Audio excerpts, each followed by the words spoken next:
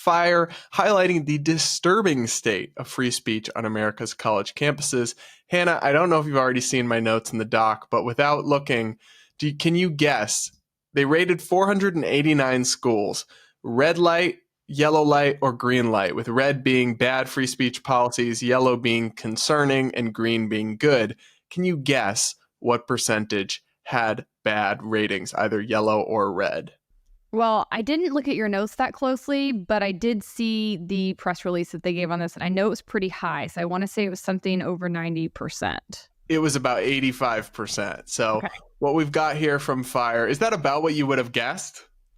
No, I mean, I guess I would want to know more about like what criteria they're using to set those lines before I could really say. I know that there's definitely a speech problem on college campuses, but I guess in my mind, where it lives the most is more in the Ivy Leagues, obviously, are the worst of the worst, it seems. And then like public schools, the public colleges and institutions seem to be like worse because they're government run. I went to a private school. I'm a little bit more familiar with like the private school landscape because of that. And because a lot of those do have more Christian leanings and therefore often more like right-wing leanings, I would sort of assume that the problem would not be as bad on those campuses. But, you know, I graduated at the end of 2010. So that's really anecdotal and far back now. Yeah, it's interesting because there are 8 schools that they don't rate. They give them warnings. Mm-hmm. And this includes Hillsdale and Liberty and these kinds of schools because those schools are private institutions that don't promise free speech. They don't tell you we're going to respect your free speech rights. They very openly and upfrontly say, if you come here, we have values and we're going to enforce those values. We don't promise our students free expression. And so they don't rate those schools. They just give them a warning, like go here at your own peril, basically. But there's only 8 of them because I feel like Belmont pretty much had that kind of policy on a number of fronts, not just language, but around just like conduct in general. Like if you were caught drinking or having sex on campus, like you could have been kicked out of Belmont and you knew that. So why is it only 8? I assume most private schools are that way. No, a lot of private schools promise free expression in their policies. Okay. And so these are the 8 they've identified out of the 489 that don't promise it. So they don't make any claim. Gotcha. Because public universities are obligated to respect free speech under the First Amendment, but private campuses don't have to necessarily. It's a little complicated because they're heavily government funded.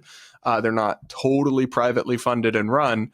But many of them do promise it. They say we're a campus that has free expression and the open exchange of ideas, so Fire holds them to account for that. And they found that 98 of these schools, which is 20%, earned a red light rating for maintaining policies that, quote, clearly and substantially restrict free speech, and 320, that's 65%, got a yellow light rating for maintaining policies that impose vague regulations on expression. Only 63 schools, which is about 13%, got a green light rating for having good free speech policies, with then those 8 schools that, again, they don't rate. They just give a warning like, go here at your own peril. So if you look at a couple of these graphs they put in the report, this is interesting. So Hannah, if you look at this second one, this bar chart, how would you describe this trend of this graph that says the percentage of schools earning an overall red light rating? I mean, this is a rapid decline beginning around 2012, and it just keeps getting significantly worse. But the real drop-off seems to be from like 2016 through 2020 years. It's a even steeper decline. And then it looks like it's starting to come back up ever since. The decline in this case is good because this is... these are schools getting the bad rating. So back in 2012, you've got 60+% were getting the bad rating. And now in 2021, you have like 20%. And then it goes down to 18%, 19%. But now we're starting to see it go up again. So it went from 19.3% last year to 20% this year. So I guess the takeaway from this part of the report is that we've actually made a lot of progress on this. There's been a lot of lawsuits, a lot of litigation, also groups like Fire have made a lot of pressure, but we're starting to see that trend revert a little bit, and that's pretty concerning. Yeah, what I was going to say is I know in the past decade, there's been a tremendous amount of litigation on the free speech front that's really set incredible precedent. A lot of people have been going to bat on this fire. It's been amazing, but there's been a lot of people, both at the state and federal level, working on these issues, working to shore up free speech. And I assume that's because there was an alarming trend that they were noticing a decade back or so, and they realized they kind of needed to go on the warpath.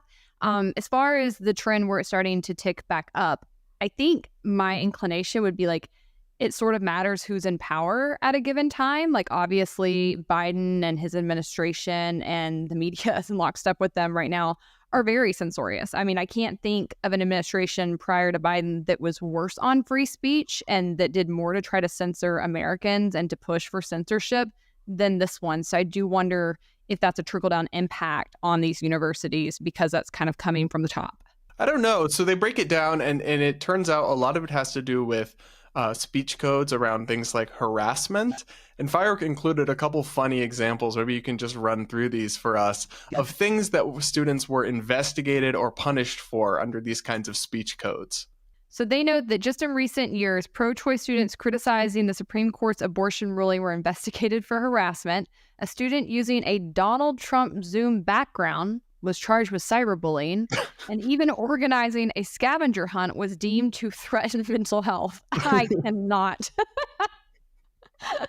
Oh my gosh, Yeah, really? so I looked into all three of these anecdotes they recount, and it's not just anecdotal because the data show it's a bigger problem, right? But the first one, basically in a group chat with a bunch of law students, a bunch of pro-choice students were complaining, and a conservative student said they felt targeted and unsafe on campus or whatever, and they got investigated by the university over that.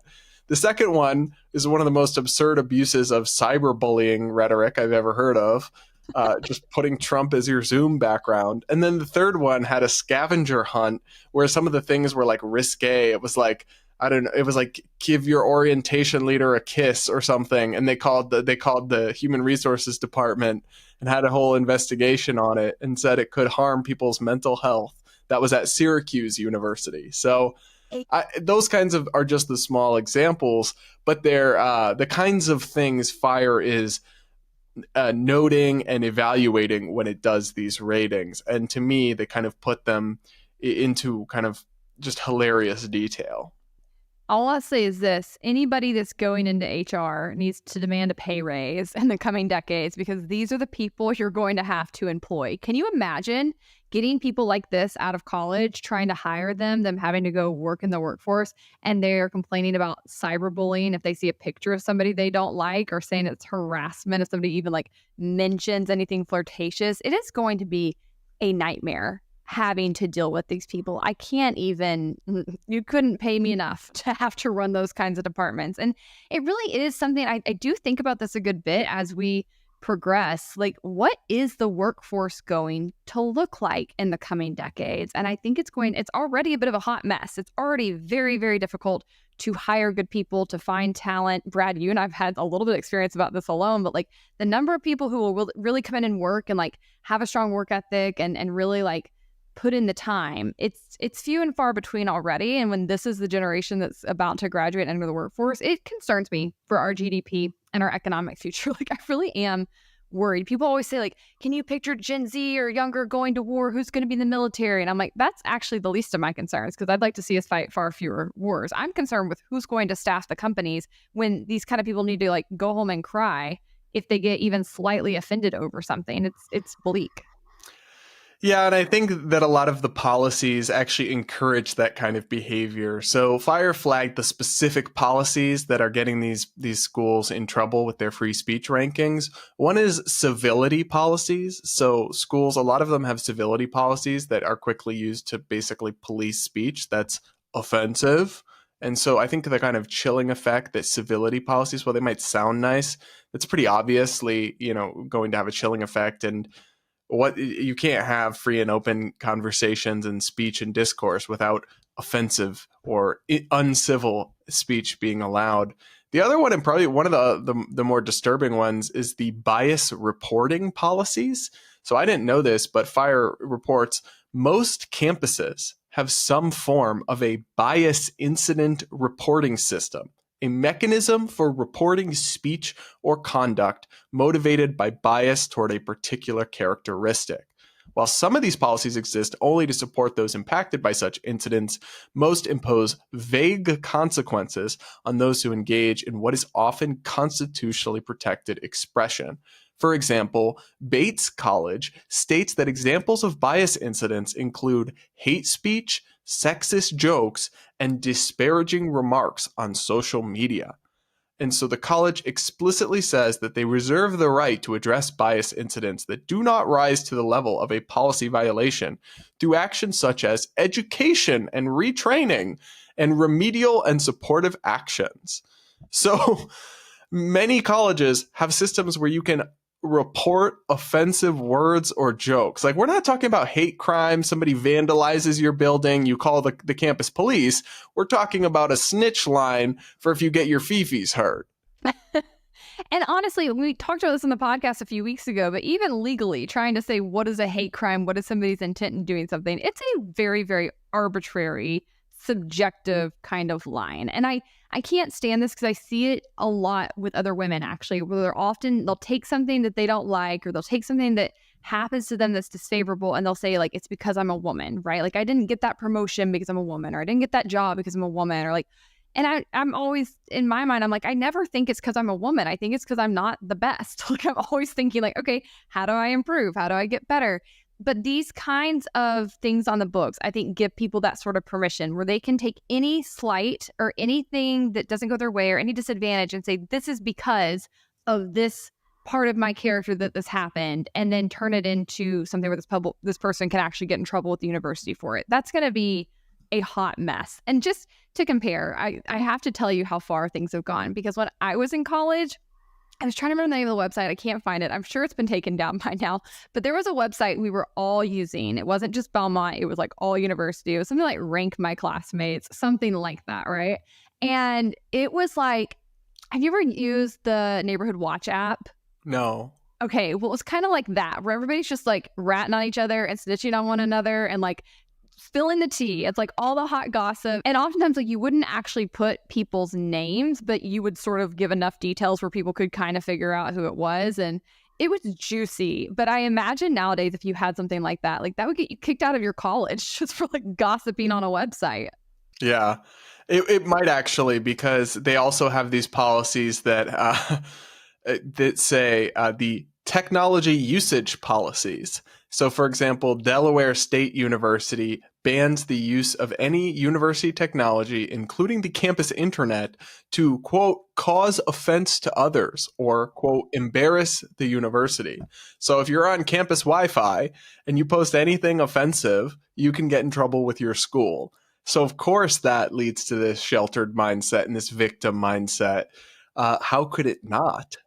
That is stressful. Can you imagine that kind of thing?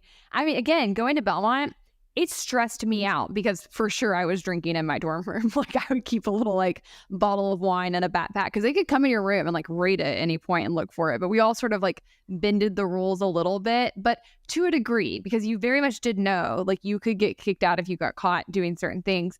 But as far as like the conduct thing, Belmont wasn't quite as strict as some other Christian universities I had friends at. There was another one in the town where my parents live. My dad actually is taught there at times as an adjunct, and they're super Christian. And so if you even like get caught with a picture of yourself on social media, like having a drink or holding a cigarette, they can kick you out. And they like go through people's social media and do that. And I remember thinking, why would you go to school there? That's so oppressive. That's ridiculous. Like, Belmont's already intense enough. Like, why would anybody pay for this? And now it sounds like pretty much everywhere is that, not on like the drinking front, obviously, but on just basic speech, which again, these lines are so arbitrary. I mean, just being able to know how to stay in the guidelines. Like, I get people who say like, you chose to go there, you signed on to their community guidelines or their standards. Like, that's but also parents make their kids go to certain schools sometimes. For sure. And you only, have so many options of schools you can go to. But with these kinds of rules, like, just knowing where the line is, and reading this, like it could be anywhere. It could mean there's obvious like overt behavior that would cross these lines. But then again, it gets into this really subjective sort of muddy area where it's just somebody's perception, or like so you're dealing with a crazy person who's having a bad day or who isn't emotionally stable. And all of a sudden, like they're able to basically weaponize these kinds of things against you. I'm so glad I don't have to think about where I would go to college right now with this being the landscape. It's really Yeah. terrible. I would say this, though. It's about a lot more than college campuses because people used to say, and maybe I was even a little sympathetic to this, like, oh, well, it's just on college campuses. Like, people will grow out of it when they go into the real world. We're actually seeing the opposite. We're seeing people take these attitudes with them into the real world. So that's why you have Spotify employees doing walkouts trying to censor Joe Rogan from their own platform. That's why you have tech staff at the New York Times internally protesting to squash op-eds they don't like.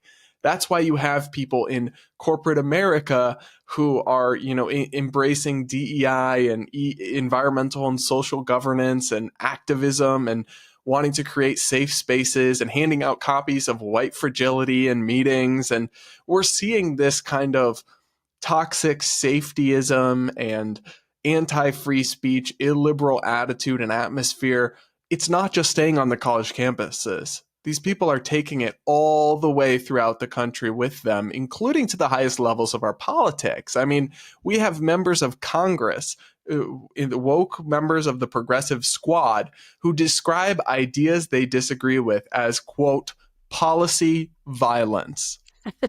And I'm serious. Like, that is actually so dangerous, because if you follow that logic to its natural conclusion, well, if me believing that people shouldn't have their student loans canceled is policy violence, which is what Cori Bush has argued, the Missouri congresswoman, then it is actually the case that they would be justified in using violence to stop me from even expressing that view.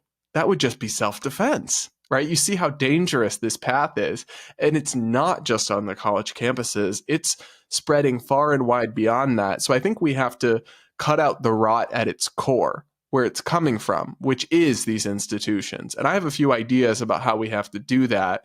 But we have to do something. First and foremost, I think parents can step up. Don't send your kids to one of these colleges. Go to the fire rankings, look at them, refuse to pay for your child to go to a school with a red light rating that doesn't support free speech.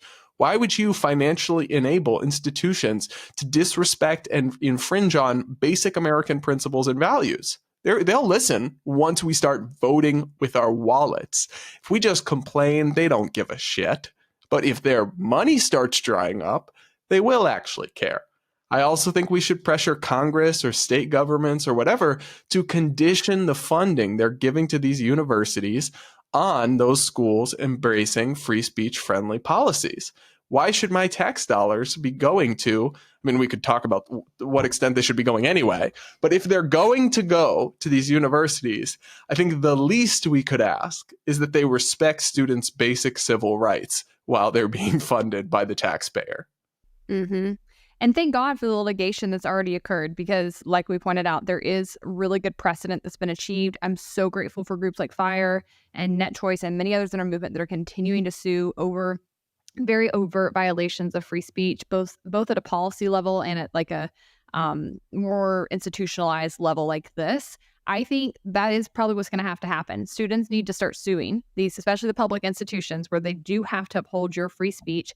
There needs to be lawsuits. Sue them into oblivion. Like, yes, people stop going there, stop giving them your money, but until Congress starts controlling the purse strings, as you suggested, and I just don't know that there's the political muscle to do that, to be honest, it's going to hinge on lawsuits. It's going to hinge on them having to spend a lot of money defending themselves in the courts, getting slapped down over these things. And that's, I think, how we have to fight a lot of these battles. And this is one reason of many that I'm so passionate about pro bono litigation. Like, we really need these kinds of firms that are funded outside of the market system and are given funds to go fight the government, because the government has endless funds, right? They can defend themselves. They can run up the clock. They can have their attorneys there for hours and hours and hours, and doesn't matter. It's really hard to fight the government or these kinds of institutions as an individual. So we need those kinds of firms that come alongside them and have their own attorneys on staff that are willing to fight on ideological grounds. And that's how we've gotten the vast majority of our really big constitutional wins in recent years. So really grateful for everybody who's working on this front, but the house is on fire. So if you're somebody who is a donor, consider funding some of that kind of work, because I think it is imperative that it continues. And stop donating to these universities. God, yes. Like, Oh my God, I have to go on a rant for a minute, but this drives me nuts. The amount that donors will donate to universities, to zoos, and to like museums, like buildings that hold art. And they mostly do it because they get like their name on the building or something. And I don't understand it. Like, I think many of these institutions will put your name on their buildings. Like, why do donors love funding those things? And then there's all these like really incredible, like fight the man things out there that it's like pulling teeth to get people to fund. And if I was wealthy, that's exactly where my money would be going, because I don't even like zoos and I hate these universities.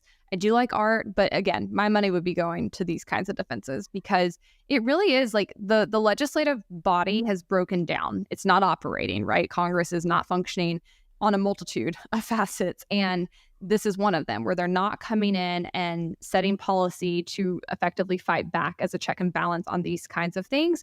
And the executive's certainly not going to do it, because the executive is very censorious and doesn't want to see that happen. So it really is up to the judicial level to fight back on this front. And that's what we have left. And so it is all hands on deck, I think, because this is not just a Democrat-Republican issue. You know, this is more of a left-leaning, I think, thing we've talked about today. But in the past, we've been talking about all these laws that are being passed by Republican legislatures and in very red states that are also anti-free speech. And so I'm very concerned about it. If you look around at the landscape of the rest of the Western world, we are already leaps and bounds above where most of them are. We already have so much better protections for free speech, for the media, than the vast majority of the world. And if our infrastructure protecting that starts to crumble, I don't know where you go.